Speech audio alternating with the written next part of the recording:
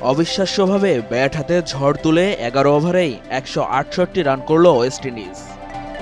২৩৫ বল হাতে রেখে ৬ উইকেটের জয় পেয়েছে ক্যারিবিয়ানরা। তবে শেষ হাসি বাংলাদেশের। ২০২৫ নারী ওয়ানডে বিশ্বকাপের মূল পর্বে কোয়ালিফাই করল নিগার সুলতানা জ্যোতির দল।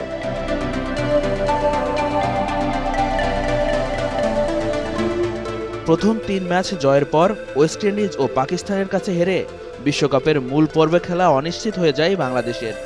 যদিও ক্ষীণ সম্ভাবনা ছিল, থাইল্যান্ডের বিপক্ষে ওয়েস্ট ইন্ডিজ নির্দিষ্ট ওভারের মধ্যে জিততে না পারলে তাহলেই ভাগ্যদেবী বাংলাদেশের পক্ষ নিবে। আর শেষ পর্যন্ত সে সমীকরণে চড়েই দ্বিতীয়বারের মতো নারী বিশ্বকাপের মূল পর্বে জায়গা করে নিল বাংলাদেশের মেয়েরা। নেট রান রেটে এগিয়ে থেকে বাংলাদেশ দল চলে গেল বিশ্বকাপের মূল পর্বে।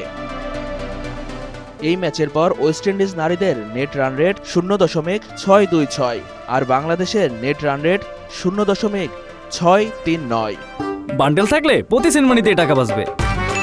বিকাশ সেনমানি বান্ডেল কিনে জিতুন প্রতি লেনদেনে।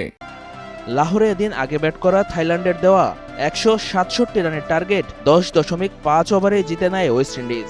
তবে দুর্দান্ত মারকুটে এই ব্যাটিংটাও এদিন কাজে লাগলো না তাদের। থাইল্যান্ডের দেওয়া ১৬৭ রানের টার্গেট 10 ওভারের মধ্যেই ছুঁতে হতো উইন্ডিজ মেয়েদের।